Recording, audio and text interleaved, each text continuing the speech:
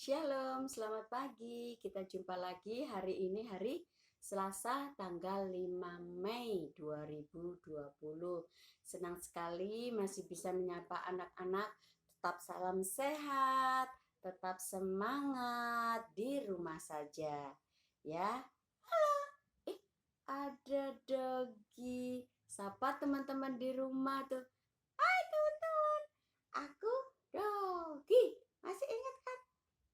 Teman-teman, tetap semangat di rumah aja ya. Jangan bosan-bosan. Oke, kita mau belajar ya Bu Eni. Oke, kita mau belajar lagi. Tapi sebelumnya nih Dok, kita renungan dulu. Oke. Aku juga suka renungan. Ya, kita mau renungan dulu. Kita mau baca firman Tuhan yang terambil dari Matius 18 ayat 22. Apa Dogi? Matius 18 ayat 22. Ya, betul. Ya, bacanya begini. Yesus berkata kepadanya, "Bukan aku berkata kepadamu, bukan sampai 7 kali, melainkan sampai 70 kali 7 kali. 70 kali 7 kali. Oh, ini masih tentang memaafkan seperti yang kemarin ya. Kita masih belajar tentang memaafkan ya. Dogi, kamu kalau ada temen yang salah mau maafin gak? Oh dong, aku juga kalau salah mau minta maaf. Oh ya, bagus. Teman-teman di rumah juga kan? Kalau salah jangan lupa minta maaf.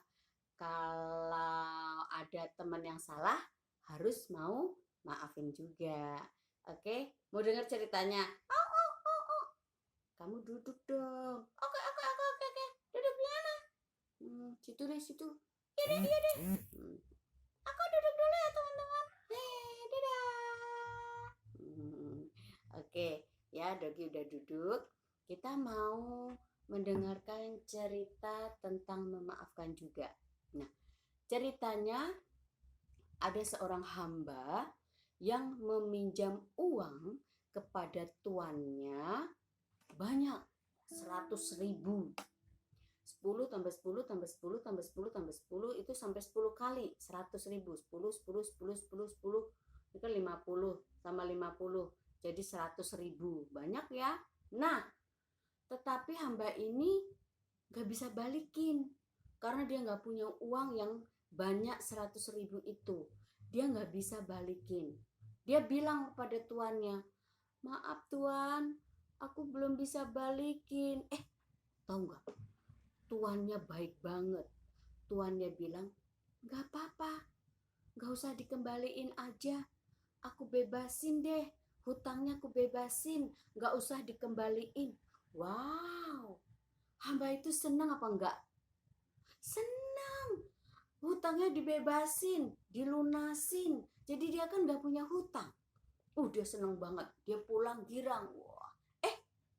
Di jalanan dia ketemu sama temennya. Nah, terus dia ingat, temanku, kamu kan punya utang sama aku 5.000. 5.000. Tadi 10 sampai 10. Ini temennya hutang 5.000. Jadi kalau 10 cuman setengahnya nih 5 ya, 5.000. Kembaliin. Ayo hutangnya kembaliin.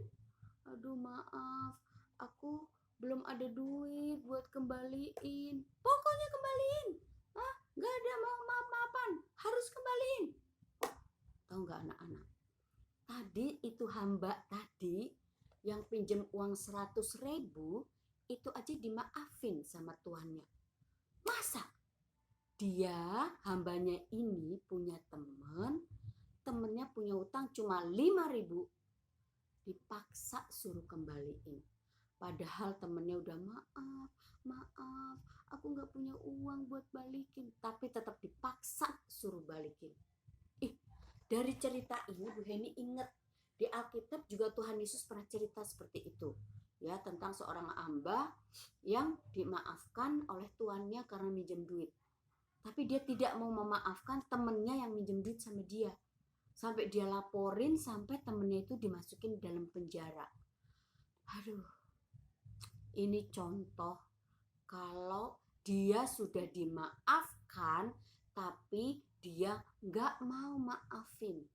Padahal kata Tuhan Yesus tuh, kita malah disuruh maafin 70 kali 7 kali tuh.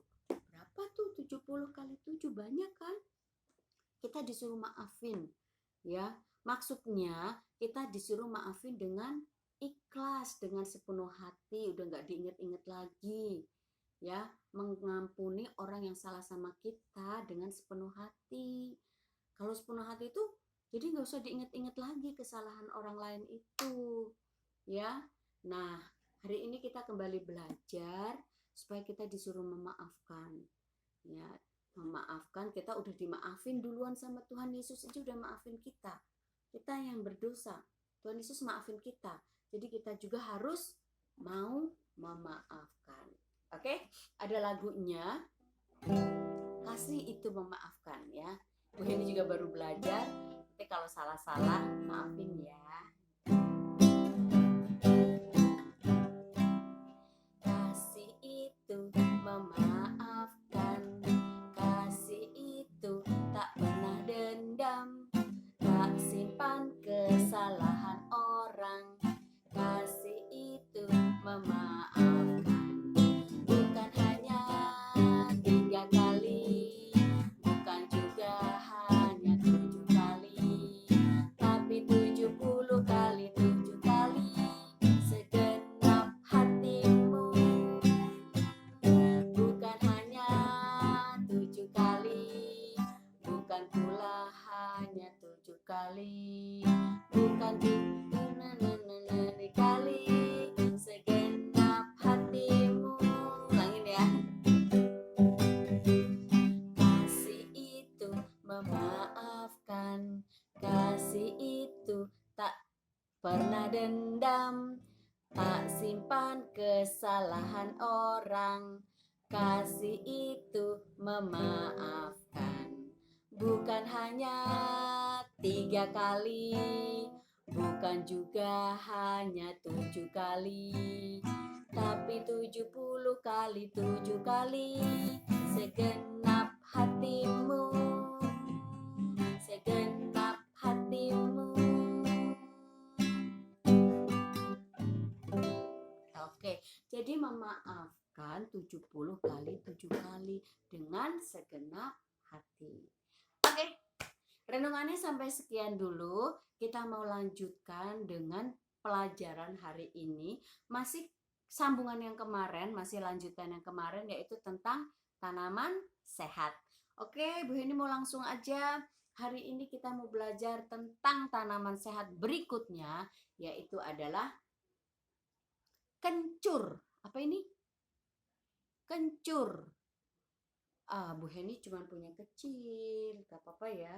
Ini namanya kencur. Mau lihat tanamannya ya, Bu Heni gak punya tanamannya. Jadi Bu Heni searching, Bu Heni print. Nah, ini tanamannya. Kencur. Tuh ini kencur. Tanamannya lebih pendek. Kalau kemarin lengkuas, jahe gitu kan tanamannya tinggi. Nah, ini kalau kencur itu tanamannya pendek. Ini udah ada kencurnya, ini kencurnya seperti ini. Nih, daunnya lebih lebar-lebar. Ya, itu tanaman kencur. Oke? Ya. Kalau anak-anak lebih pengen lihat dan tahu lagi, nanam kencur, jadi tahu pohonnya kayak apa. Ya. Nah, kalau kita tanam kencur pasti ada manfaatnya. Pasti kalau kita tanam-tanam, kalau nggak ada manfaatnya buat apa? Jadi pasti kalau kita beli kencur, kita tanam kencur, pasti ada manfaatnya. Ini dia manfaatnya. Tuh. Kencur manfaatnya. Bu ini bacain lagi ya. Oke. Jadi kencur itu tanaman herbal yang memiliki rimpang. Apa tuh rimpang? memiliki khasiat beraroma sangat harum. Dan manfaatnya itu beragam, terletak hampir pada semua bagiannya. Oh, oke. Katanya kencur ini termasuk dalam family jahe, keluarga jahe. Memang sih mirip-mirip kan ya sama jahe. Tuh. Nah, ada pembandingnya nih. Nanti kamu bandingin, deketin, ada jahe, ada kunyit, ada lengkuas, ada kencur. Pasti mirip-mirip. Tapi kalau anak-anak susah bedainnya, kita bisa dengan cara baunya berbeda ya. Tapi sebelum kita praktekin itu, kita tahu dulu manfaatnya apa. 1, mengobati diare. Wow, apa tuh diare? Buang-buang air ya, kalau ke kamar mandi lagi, sakit perut, buang-buang air, ini obatnya, kencur. 2, mencegah kanker lambung. Kanker ya, itu satu nama penyakit berbahaya. 3, mengobati batuk berdahak. Batuk lagi seperti kemarin, lengkuas, obat batuk ya. Jadi kalau kamu batuk ada dahaknya di sini, makan aja kencur, dikunyah-kunyah terus ditelan. Kalau mau suaranya bagus, bisa juga makan kencur tapi mentah gitu, di iris atau kupas kecil aja terus dikunyah-kunyah, telan. Anget. Ibu Heni itu pernah nggak sering, pernah ya. Menghilangkan stres. Wah, stres itu kalau pusing, kalau banyak masalah, anak-anak enggak kan? Mungkin orang tua yang sering stres ya. Apalagi sekarang ada pandemi virus Corona 19 ini, mungkin pada pusing, papa mama orang tua pada pusing ya. Mencegah karies gigi. Karies gigi itu karang gigi ya, jadi mencegah karang gigi. Wah, bagus juga. Ternyata kalau anak-anak banyak makan kencur, dikunyah-kunyah, nanti kan nempel tuh di gigi, itu ternyata bagus buat mencegah karang gigi. Oke, itu manfaatnya ya. Nah, sekarang kita mau praktekin. Nanti tugas anak-anak, nggak usah hafal, nggak apa-apa. Yang penting tahu ciri-cirinya dan manfaatnya buat apa aja. Nggak usah dihafalin, nggak apa-apa. Terus kita coba praktekin. Nih, kencur tuh seperti ini. Kita raba kasar ya, kasar. Lalu sekarang kita mau cium, harus dibuka sedikit biar kecium baunya. Nih, kita harus buka dikit pakai pisau. Tuh baru ketahuan. Baunya kayak gini. Beda dengan jahe, dengan lengkuas, dengan kunyit, baunya beda. Nih. Nah, sekarang gimana kalau rasanya? Nggak apa-apa, ini bagus kok kalau kita rasain buat tenggorokan, buat karang gigi.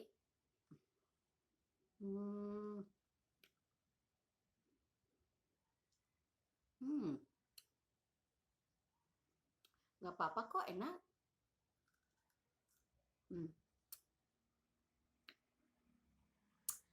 Agak getir-getir gimana gitu ya. Nah, anak-anak coba nanti praktek, nggak apa-apa, ini sehat. Jadi diraba, dicium, dirasakan, biar tahu bedanya antara tanaman sehat yang lain. Oke? Nah, lalu tugas anak-anak nanti seperti biasa, hari ini kita berhitung ya, pengurangan lebih besar sama dengan atau lebih kecil, tapi angkanya lebih besar dari yang minggu kemarin. Minggu kemarin angkanya kecil, sekarang angkanya lebih besar. Oke, lalu hari ini ada pelajaran bahasa Inggris. Selamat mengerjakan tugas, selamat beraktivitas, tetap di rumah saja, nggak usah bosen-bosen, jangan bosen-bosen. Oh ya, Ibu Heni satu lagi lupa tadi mau kasih tahu. Kencur ini biasanya dipakai buat masakan apa ya? Kalau buat masakan itu biasanya Ibu Heni pakai buat bikin urap. Wah, tahu nggak anak-anak urap? Kalau nggak bikin karedok. Tahu nggak karedok, urap? Itu biasanya sayurannya masih mentah gitu, yang dipotong kecil-kecil, dibumbuin pakai kelapa gitu, terus pakein bumbunya pakai kencur. Nah, atau kalau enggak yang sering anak-anak beli deh, seblak. Ya, pasti seblak, pernah kan makan seblak? Itu bumbunya ada kencurnya. Ya. Oke, sampai sini dulu. Selamat beraktivitas, selamat belajar. Jangan bosan-bosan, tetap di rumah saja. Tuhan Yesus